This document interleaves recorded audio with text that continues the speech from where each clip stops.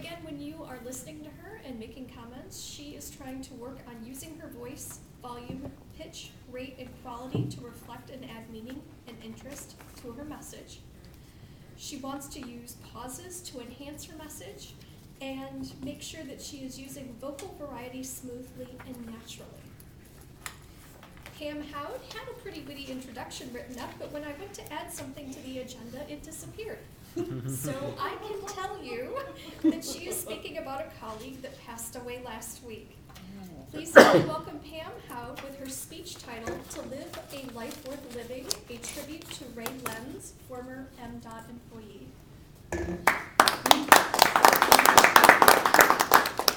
Thank you, Madam Toastmaster. I wish sometimes I could disappear there.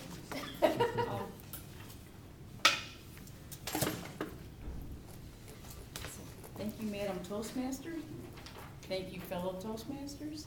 Thank you, honored guests. I am today honoring the memory of Ray Lenze, a fellow transportation employee. I actually work for DEQ, so you're Greg, maybe a coworker of yours, who passed away on Friday. And while I'm not really going to talk about Ray himself, his family, what I want to talk about is what made him such a great person. Ray was so well loved by all his coworkers and his friends and his family. I kept them informed about the funeral, the transportation guys. It just struck me, what made this man so well loved? And even in my own life, when we moved to Fenton, enrolled my son into the Fenton Scout Troop, there was Ray. He has given 26 years of his life in devotion to young boys to turn them into fine young men. I thought that's awesome. 26 years. Usually it's about 5. I go to church on Sunday. I look down at the end of the pew and that's Ray. Okay, so I wait. That's nice. Go to youth group with my son. Who do I see? Ray. I'm driving to work, going 127 south. And who passes me with the lead foot going 85 miles an hour? It's Ray. Hammer down. Everywhere I go, it seemed like there was Ray and a kind word from somebody I never even knew. Like I was in Bigby getting coffee. There was Ray. He left. The people at the counter said, you know, I like that guy. He's always friendly. He always has a smile. He always has a positive word to say. And I wanted to. It just made me think, so what is it that makes a life worth living? Is it devotion to God? Is it having a higher order of thinking, a belief in beyond ourselves? Is it devotion to our family, our children? This is Ray. Is it devotion to being selfless in service and devotion to the welfare of others? What makes a good life? And then it hit me. Every meeting at Boy Scouts, we say something called the Scout Law. You've actually got a copy of it in front of you. Every year for the last 7 years, every Monday, faithfully, we would all stand up at the beginning of the meeting and say the Scout Law. And Ray along with everybody else, because he is a scouting person. The first word in the Scout Law is trustworthy. Is that what makes a life worth living? Being trustworthy, that others can depend and rely on you to give them your savings or whatever it is, and you won't do anything, you'll be trustworthy? Is it loyal? Is it, I will always support you? Is it helpful?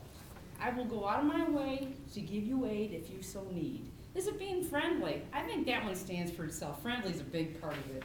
Courteous, being professionally correct, even to those people we don't know, to the person down and out on the street. I mean, all this, kind. That I will always be a nice word for you. If I see you in the hall, I'll always say, hey, you look great. Obedient. I'm obedient to my family. I'm obedient to God. I'm obedient to my husband. I obey the laws. Cheerful. That goes without saying. We have to have cheer. There's so much negativity in this world. We have to be cheerful for those who have no cheer. Thrifty. We all talk about saving money. Brave. I am brave. If you threaten my family, my keto kick will be in your face. I am a black belt, by the way.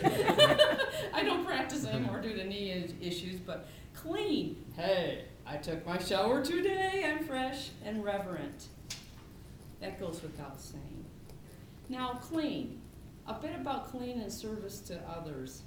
This goes with what at the core of being a good person, making a life worth living. I am devoted in my church. My church has a big activity coming up on Saturday.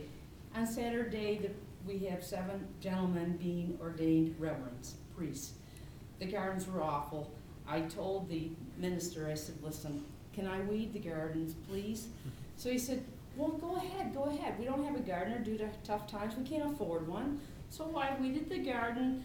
I pruned, I weeded, I planted flowers, I watered. It was all good, and I was all done looking at it, and the priest comes by and says, "Wow, what a great job, Pam. You did a good job mashing up the flowers, and you don't look so bad yourself. You're not dirty." I said, "Well, even if I were dirty, this is God's dirt. I'm on church property. I'm experiencing creation." He said, "Man, I wish I'd remembered that when I was a young boy telling my mom not why I didn't want to take a shower." God's creation all over me. Woo! So I just want to say, what is it that makes a life worth living? I think that is the kind word, is the spoken support of a friend who has undying faith in you. And reaching out to help others. I believe that's what makes life worth living. And I just want to close, because all in all, we're here to serve others. And have you done a good turn for someone else today?